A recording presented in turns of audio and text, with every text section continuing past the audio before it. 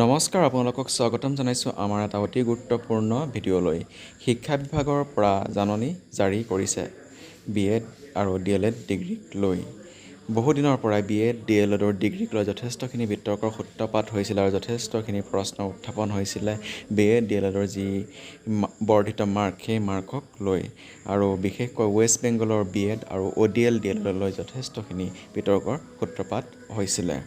সেয়েহে এই সকলোখিনি বিতৰ্কৰ সূত্ৰপাতৰ অন্তত শিক্ষা বিভাগে এটা অতি গুৰুত্বপূৰ্ণ সিদ্ধান্ত লৈছে। শিক্ষকসকলৰ B.Ed, D.EL.ED ডিগ্ৰীৰ চাৰ্টিফিকেটৰ পৰীক্ষা নিৰীক্ষা কৰা হ'ব আৰু তাৰ ইতিমধ্যে জাননী জাৰি কৰিছে শিক্ষা বিভাগে। এই কথাটো এটা অতি গুৰুত্বপূৰ্ণ কথা আৰু এটা ভাল কথা, শিক্ষা বিভাগৰ এটা আদৰণীয় পদক্ষেপ আৰু ই আমাৰ শিক্ষা ব্যৱস্থাটোক অতি সুন্দৰ আৰু পৰিপাটি কৰি তুলিব। ইতিমধ্যে প্ৰায়বোৰ জিলাতে জাননী জাৰি কৰিছে শিক্ষা বিভাগৰ তৰফৰ পৰা।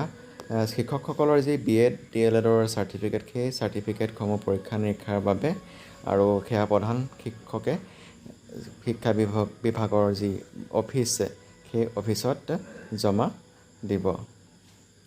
আৰু এই যি পৰীক্ষা নিৰীক্ষা কৰিছে, পৰীক্ষা নিৰীক্ষা কৰাৰ ব্যৱস্থাটো অতি সুন্দৰ পদক্ষেপ গ্ৰহণ কৰিছে।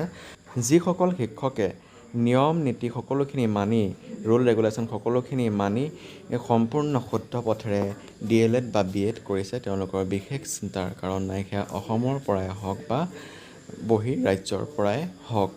আৰু যিসকলে নিয়ম বৰ্হিভূতভাৱে নিয়ম নামানি, ৰুল ৰেগুলেশ্যন কমপ্লিটলি ফ'ল' নকৰি D.EL.ED বা B.Ed কৰিছিলে, সেয়া ODL হওক বা ৰেগুলাৰে হওক বা ৱেষ্ট বেংগলে হওক বা অন্য ৰাজ্যৰে হওক, সেইসকলৰ কিছু চিন্তাৰ কাৰণ আছে।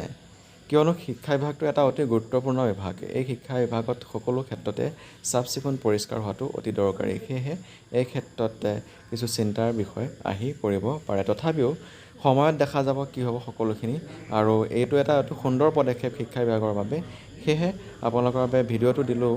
আৰু ইতিমধ্যে কামৰূপ জিলাত জাননী জাৰি কৰিছে আৰু কামৰূপ জিলাৰ যি লাষ্ট ডেট, চাৰ্টিফিকেটসমূহ জমা দিয়াৰ লাষ্ট ডেট 6 আগষ্ট তাৰিখ। ঠিক সেইদৰে অসমৰ সমগ্ৰ জিলাতে ভেৰিফিকেশ্যন হ'ব।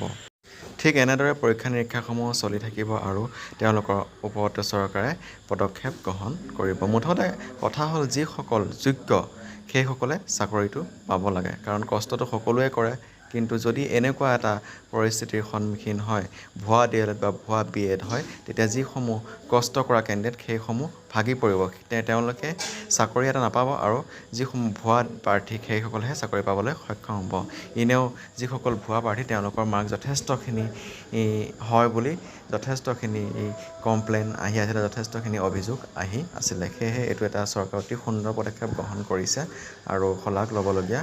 পৰৱৰ্তী সময়ত কি হয় সেয়া দেখা যাব। এয়া আছিলে আজিৰ ভিডিঅ'টোৰ কিছু কথা। এনেকুৱা ধৰণৰ ভিডিঅ'সমূহ পাই থাকিবলৈ আজি আমাৰ চেনেলটো ছাবস্ক্ৰাইব কৰি দিব নাপাহৰিব। ধন্যবাদ।